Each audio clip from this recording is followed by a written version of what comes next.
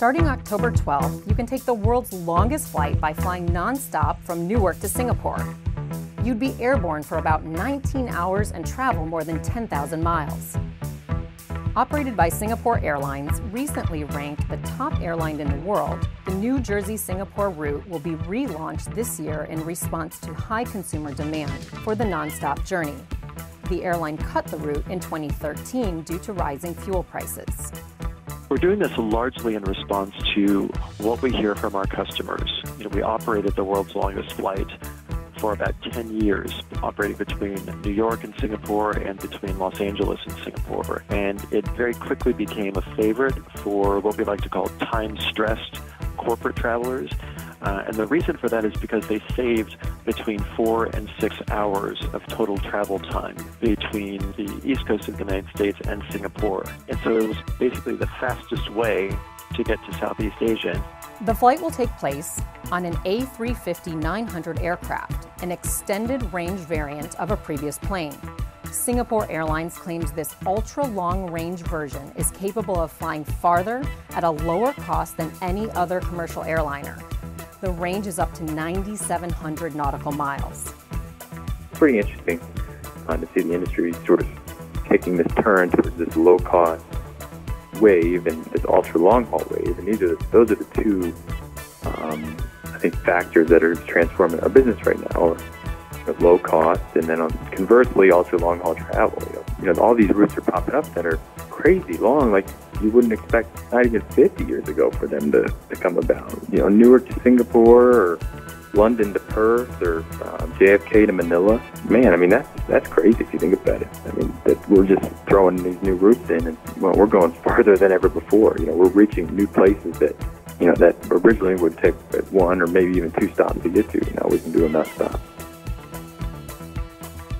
All of the A350 planes incorporate the latest technologies: lightweight composite materials, advanced aerodynamics, and extra fuel-efficient engines. The design has improved to the point that translates into a 25 to 30% reduction in fuel consumption compared with older generation aircrafts of similar size.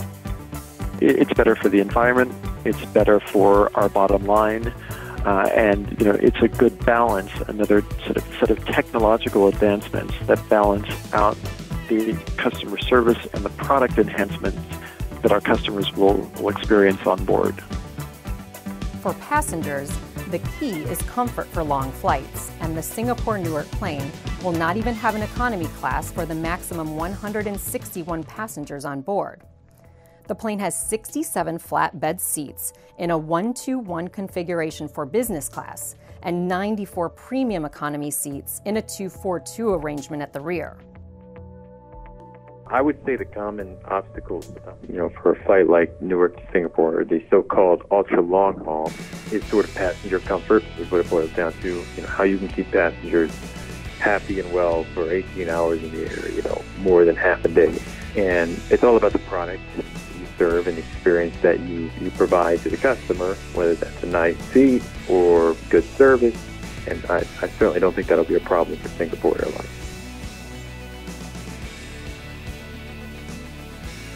Singapore's rise as a tourist favorite makes the route valuable for all sorts of travelers. Fans of the city-state say its biggest draws are efficient public transport, quality hotels, good service, excellent shopping, and overall cleanliness. Singapore is really gaining in popularity, both in terms of a leisure destination. It's always been popular as a corporate destination, and it's always been popular as a hub, as a great way to connect to a number of other destinations within Southeast Asia. But in the last, say, 5 to 10 years, Singapore has really come into its own as a leisure destination. The hotels, the dining scene, the nightlife, the shopping that's available in Singapore it's really world class.